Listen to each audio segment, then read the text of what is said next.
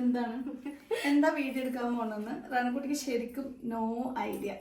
അപ്പൊ ആക്ച്വലി നമ്മൾ എന്താ ചെയ്യാൻ പോണെന്ന് അറിയാം? പറയാം. സാധാരണ ഞങ്ങൾ എവിടെയെങ്കിലും പുറത്തേക്ക് പോകുന്ന സമയത്ത് റാനക്കുട്ടി എപ്പോഴും ഉണ്ടാവാറുണ്ട്. പക്ഷെ 2 ദിവസം മുമ്പ് ഞങ്ങൾ പോയിട്ടുണ്ടായിരുന്നു, നിന്നെ കൊണ്ടുപോയില്ല. അടപ്പാവികളാ, ഒരു വാർത്ത എന്റെ சொல்லப்படாதா?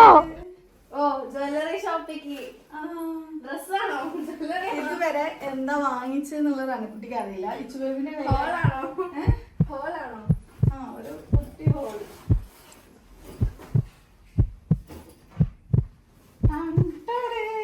കണ്ടുപിടിക്കോ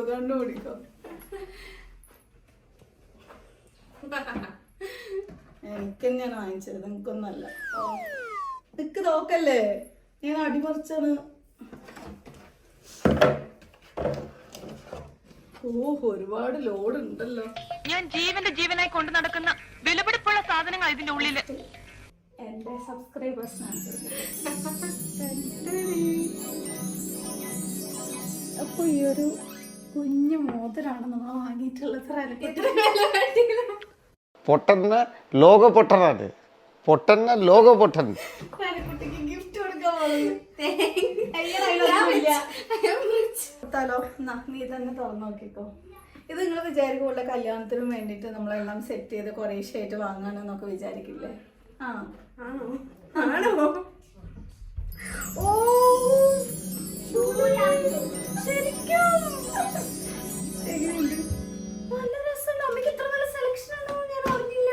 എന്നെ അപമാനം. നീ എവിടെ പരിപാടി അവതരിപ്പിച്ചാലും ഇത് തന്നെയാണല്ലോ നിന്റെ വിധി. സംഭവം പ്രിഷ്യ കളക്ഷൻ ആണ്. അവിടെ വന്നിറങ്ങിയിട്ടേ ഉള്ളൂ സാധനം. എങ്ങനെയുണ്ട്? ഇഷ്ടമായോ? അമ്മ പൊതുവായിട്ട് അമ്മന്റെ ഗോൾഡ് സെലക്ഷൻ എനിക്ക് ഇഷ്ടമല്ല. ഇത് ആക്ച്വലി നന്നായിട്ടുണ്ട്.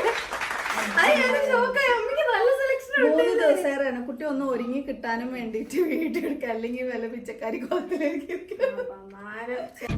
അപമാനിച്ചേ ഞാൻ പോയിക്കോട്ടെ. തരുന്നോണ്ട് ഞാൻ സഹിച്ചു. ഇടത്തെ ഞാനാണ് ഇടാമോളെ. എടി പെണ്ണെ, നിന്റെ ചാട്ട എങ്ങോട്ടാണെന്നൊക്കെ എനിക്ക് മനസ്സിലാകുന്നുണ്ട്. ആ വെള്ളം അങ്ങ് വാങ്ങി വെച്ചേക്ക്. അപ്പൊ എന്താ സംഭവം എന്നറിയോ? ഇത് റൺകുട്ടിന്റെ കല്യാണത്തിന് വേണ്ടിട്ട് ഇങ്ങനെ കുറേ ഷേറ്റ് വാങ്ങി ചേർക്കാണെന്നുള്ള തെറ്റിദ്ധാരണ വേണ്ട ഗൈസ്. വെറുതെ കൊതിപ്പിച്ച് അല്ലേലും ഇവനൊന്നും ആവശ്യത്തിന് ഉപകരിക്കില്ല. അല്ല, അവർക്ക് വിദ്യാഭ്യാസം ആണ് നമ്മൾ മെയിൻ ആയിട്ട് കൊടുക്കുന്നത്. ഇങ്ങനത്തെ സാധനങ്ങളൊക്കെ അവർ തന്നെ വാങ്ങണം. പക്ഷെ എങ്കിലും നമ്മളൊന്ന് ഒരു എന്താ പറയാ, ഒരു ഇൻവെസ്റ്റ്മെന്റ് എന്ന നിലക്ക് ഞാൻ വാങ്ങുന്നു മാത്രമേ ഉള്ളൂ കേട്ടോ. ഇച്ചു ബേബി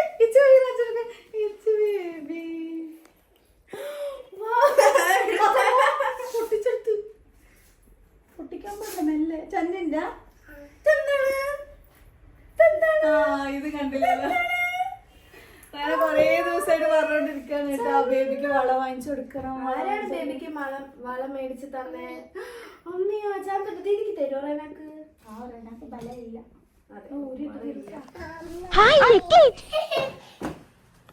എനിക്ക് രസമില്ല. എന്റെ പൊന്നും കൊടുത്ത ചേച്ചിയല്ലേ ഇത് എനിക്ക് തരുമോ? കൂടി ഞാൻ തന്നെ അണിയാനായിട്ട് പോവാണ്. അയ്യോ കമ്മശിരണത്ര ഇതിപ്പോ ഞാൻ ആക്ച്വലി റാനക്കുട്ടീന്റെ അഭിപ്രായം പറഞ്ഞിട്ട് മടക്കി കൊടുക്കണോ വേണ്ടേ എന്നുള്ളത് തീരുമാനിക്കാൻ വിചാരിച്ചു. നോക്കിയപ്പോ റാനക്ക് ഇഷ്ടമായി. കമ്മശി ഇടണടാ, നൈസ്. തിരിഞ്ഞു പോണോ റാന? അപ്പൊ മടക്കി കൊടുക്കല്ലേ? എനിക്കൊരു ടെൻഷൻ ഉണ്ടോ എന്താ അറിയില്ല. ഇതൊക്കെ വാങ്ങിച്ചിട്ട് അമ്മയുണ്ടോ? റെഡ് സ്റ്റോണാണ് കുറച്ചും ആക്ച്വലി റെഡ് സ്റ്റോണിനാണ് ഇനി ഒന്ന് നോക്കി വെച്ചിട്ട് ഇത് മടക്കി കൊടുത്താൽ അത് എടുത്താലോ? മീൻസ് നമ്മുടെ ഏത് ഔട്ട്ഫിറ്റ്സിനും റെഡ് മാച്ച്.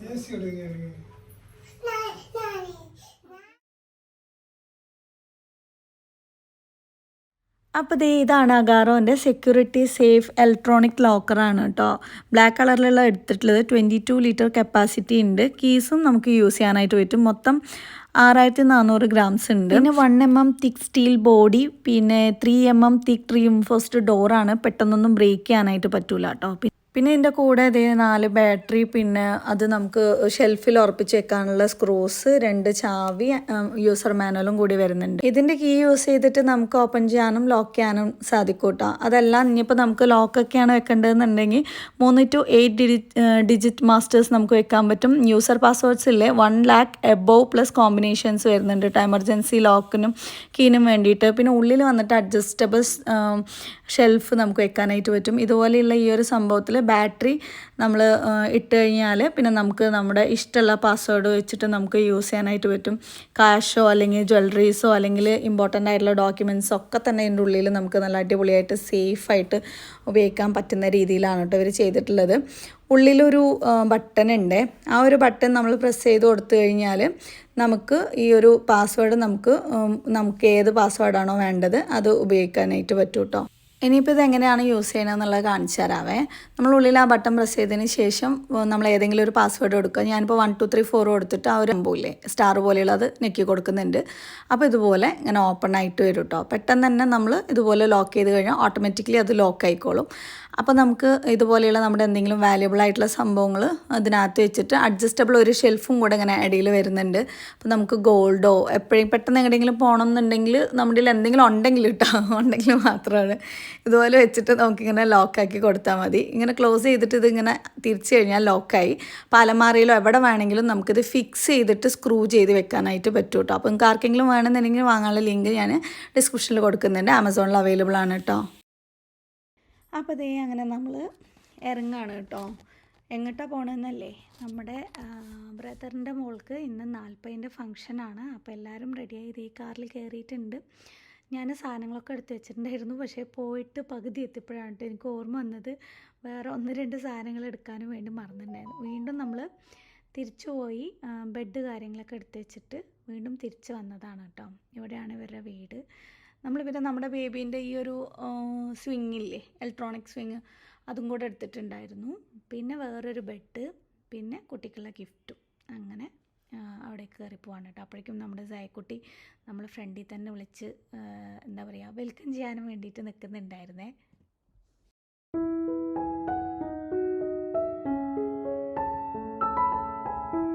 ഇതാണ് ജയാണ്.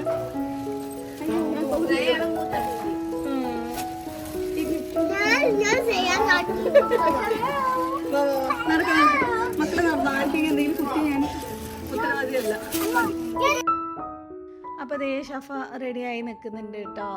അങ്ങനെ തടി വെച്ചു എന്നൊന്നും പറയാൻ പറ്റില്ല. അത്യാവശ്യം പിന്നെ ഞാൻ പറയാത്ത കുറേ കാര്യങ്ങളുണ്ടായിരുന്നു. ബേബിക്ക് നല്ല സുഖമില്ലാതായിട്ടുണ്ടായിരുന്നു. പിന്നെ ഫുള്ളും ഹോസ്പിറ്റലും കാര്യങ്ങളൊക്കെ ആയിട്ട് ആകെ അലച്ചിലായിരുന്നു കേട്ടോ.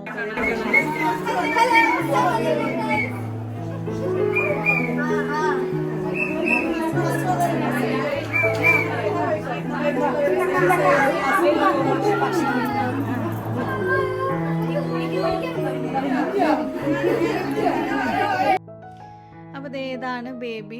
കാര്യമായിട്ട് അങ്ങനെ വെയിറ്റ് ഒന്നും വെച്ചിട്ടില്ല. പക്ഷേ അൽഹംദുലില്ലാ പഠിച്ചോൻ തിരിച്ചു തന്നു എന്നാണ് കേട്ടോ നമ്മൾ വിശ്വസിക്കുന്നത്. കാരണം എന്താ വെച്ചാൽ ബേബിക്ക് നല്ലോണം മഞ്ഞൊക്കെ കൂടിയിട്ട് ഒരുപാട് ബുദ്ധിമുട്ടിയിട്ടുണ്ടായിരുന്നു. പിന്നെ ഹോസ്പിറ്റലിൽ നിന്ന് അവർ പറഞ്ഞു ബ്ലഡൊക്കെ മൊത്തത്തിൽ ട്രാൻസ്ഫ്യൂഷൻ ചെയ്യേണ്ടി വരും എന്നൊക്കെ പറഞ്ഞ് ആകെ ബേജാറ് പിടിച്ച കുറേ ദിവസങ്ങളായിരുന്നു കേട്ടോ. പിന്നെ അൽഹംദുലില്ലാ എൻ്റെ അണ്ണാൻ്റെ ഒരു വിശ്വാസവും പഠിച്ചവനുമായുള്ള വിശ്വാസവും അവൻ്റെ ഒരു ധൈര്യവും ഒക്കെ കൊണ്ട് പിന്നെ ഹോമിയോപ്പതിയൊക്കെ കാണിച്ച് മോള് ഭാഗ്യത്തിന് ഇപ്പോൾ കുഴപ്പമൊന്നുമില്ല അൽഹംദുലില്ലാ. മോളെ കാണാൻ ആരെ പോലെ ഉണ്ട് എന്നുള്ളത് എനിക്കറിയില്ല. നിങ്ങൾ പറയും ജസ്റ്റ് കണ്ടിട്ട് ആരെ പോലെ ഉണ്ട് എന്നുള്ളത്. എനിക്ക് പെട്ടെന്ന് നോക്കിയപ്പോൾ ഷഫാനിയും പിന്നെ അവരുടെ ഉമ്മാനെയും ബാക്കിയുള്ള 2 മക്കളെയും എല്ലാം കൂടെ മിക്സ് ചെയ്ത് കിട്ടിയ പോലെ ഉണ്ട് കേട്ടോ. മൂത്ത മോള് പിന്നെ എൻ്റെ മൂത്ത ബ്രദർ അങ്ങനെ കോപ്പി പേസ്റ്റാണ്. ചിലർ പറയാറുണ്ട് രണ്ടാമത്തെ മോൾ എന്നെ പോലെയാണ് എന്നൊക്കെ. മൂത്ത മോളുടെ ക്യാരക്ടർ എന്നെ പോലെയാണെന്ന് പറയാറുണ്ട് കേട്ടോ അവരുടെ വീട്ടുകാർ. അപ്പോൾ അതേ നമ്മൾ കുറച്ച് നേരം ബേബിനെയൊക്കെ എടുത്തിരുന്നു. ഞാൻ അത്യാവശ്യം നല്ല ലേറ്റ് ആയിട്ടുണ്ടായിരുന്നു അവിടെ എത്താനും വേണ്ടിയിട്ട്. എന്നുവെച്ചാൽ ഒരിക്കൽ വന്ന് വീണ്ടും പോയി. പിന്നെ നമുക്ക് അതിൻ്റെ ഇടയിൽ കൂടെ ഷൂട്ട് ഉണ്ടായിരുന്നു, ഗെറ്റ് റെഡി വിത്ത് മീ. അപ്പോൾ അതൊക്കെ കഴിഞ്ഞിട്ടാണ് കേട്ടോ നമ്മൾ വന്നത്. അപ്പോൾ ഇച്ചു ബേബി ആദ്യമായിട്ടാണ് ഞാൻ ഇങ്ങനത്തെ ഒരു ബേബിനെ എടുക്കണ കാണുന്നത്. ആ ഒരു മാറ്റം അവളുടെ ഫേസിൽ പെട്ടെന്ന് വന്നിട്ടുണ്ടായിരുന്നു. പിന്നെ അവൾ സെറ്റായിട്ടോ. പിന്നെ കുറേ പേര് ഭക്ഷണം കഴിക്കാനൊക്കെ പോയിട്ടുണ്ട്. ഞാനും പിന്നെ കുറച്ച് പേരുമാണ് പിന്നെ ബാലൻസ് ഉണ്ടായിരുന്നു. അപ്പോൾ അതുവരെ കുട്ടീനൊക്കെ എടുത്തിട്ട് നമ്മളിങ്ങനെ നോക്കിയിട്ടൊക്കെ ഇരുന്നു. അപ്പോൾ ഇച്ചു ബേബിക്ക് ഇത്രയും ചെറിയ കുട്ടീനെ കണ്ടപ്പോൾ അവൾ ഭയങ്കര സന്തോഷമായിരുന്നു. ഇങ്ങനെ കുട്ടികളെ അവൾ കണ്ടിട്ടില്ലല്ലോ അവൾക്ക് ശേഷം. ആ ഒരു എക്സൈറ്റ്മെൻറ്റ് കാര്യങ്ങളൊക്കെ ഉണ്ടായിരുന്നു കേട്ടോ. പിന്നെ എനിക്ക് നമ്മുടെ ഫാമിലീനെ കുറേ ദിവസങ്ങൾക്ക് ശേഷം കണ്ട ആ ഒരു ആക്രാന്തമൊക്കെയാണ് ഈ കാണുന്നത്. ഇപ്പോൾ സത്യം പറഞ്ഞാൽ ഇങ്ങനെ ഒരു ഫംഗ്ഷൻ എന്ന് വെച്ചാൽ എല്ലാവർക്കും ഒന്ന് കൂടാനും കാണാനും കുറച്ച് നേരം ഇരിക്കാനും ഒക്കെ വേണ്ടിയിട്ടാണ് നമ്മൾ അങ്ങനെ ഒരു ഫംഗ്ഷനായിട്ട് വെക്കുന്നത്. അല്ലാതെ ആചാരമോ അങ്ങനെ ഇങ്ങനെയൊന്നൊന്നല്ല. എല്ലാവരും ഒന്നിച്ചു കൂടുക കാണുക എന്നുള്ള ഒരു സംഭവം തന്നെയാണ്. പിന്നെ അത്തല്ല എന്നുള്ളൊരു വിഷമമുണ്ട്. അത്തല്ലാണ്ടായിട്ട് ആദ്യത്തെ കുട്ടിയാണ് കേട്ടോ അത്. പിന്നെ അതേ എല്ലാവരും എൻ്റെ മാലയൊക്കെ പിടിച്ച് നോക്കുന്നുണ്ട്. അവിടെ നിന്ന് ഞാൻ എന്താ പറയുക, മൊത്തത്തിൽ ആകെ എനിക്ക് പെട്ടെന്നൊരു ടെൻഷനും കാര്യങ്ങളൊക്കെ കയറിയിട്ടുണ്ടായിരുന്നു. അതെന്താണെന്നുള്ളത് ഞാൻ പിന്നെ പറയാം കേട്ടോ. പിന്നെ നമ്മളത് ജ്യൂസൊക്കെ കുടിച്ചിട്ടിരിക്കുകയാണ്. എൻ്റെ അമ്മായിൻ്റെ മക്കൾ, അമ്മായി, പിന്നെ ഞങ്ങളുടെ അത്താൻ്റെ അനിയന്മാരും അവരുടെ ഭാര്യമാരും അവരുടെ മക്കളും, അങ്ങനെ മാത്രമായിരുന്നു ഈ ഒരു ഫംഗ്ഷൻ ഉണ്ടായിരുന്നത്.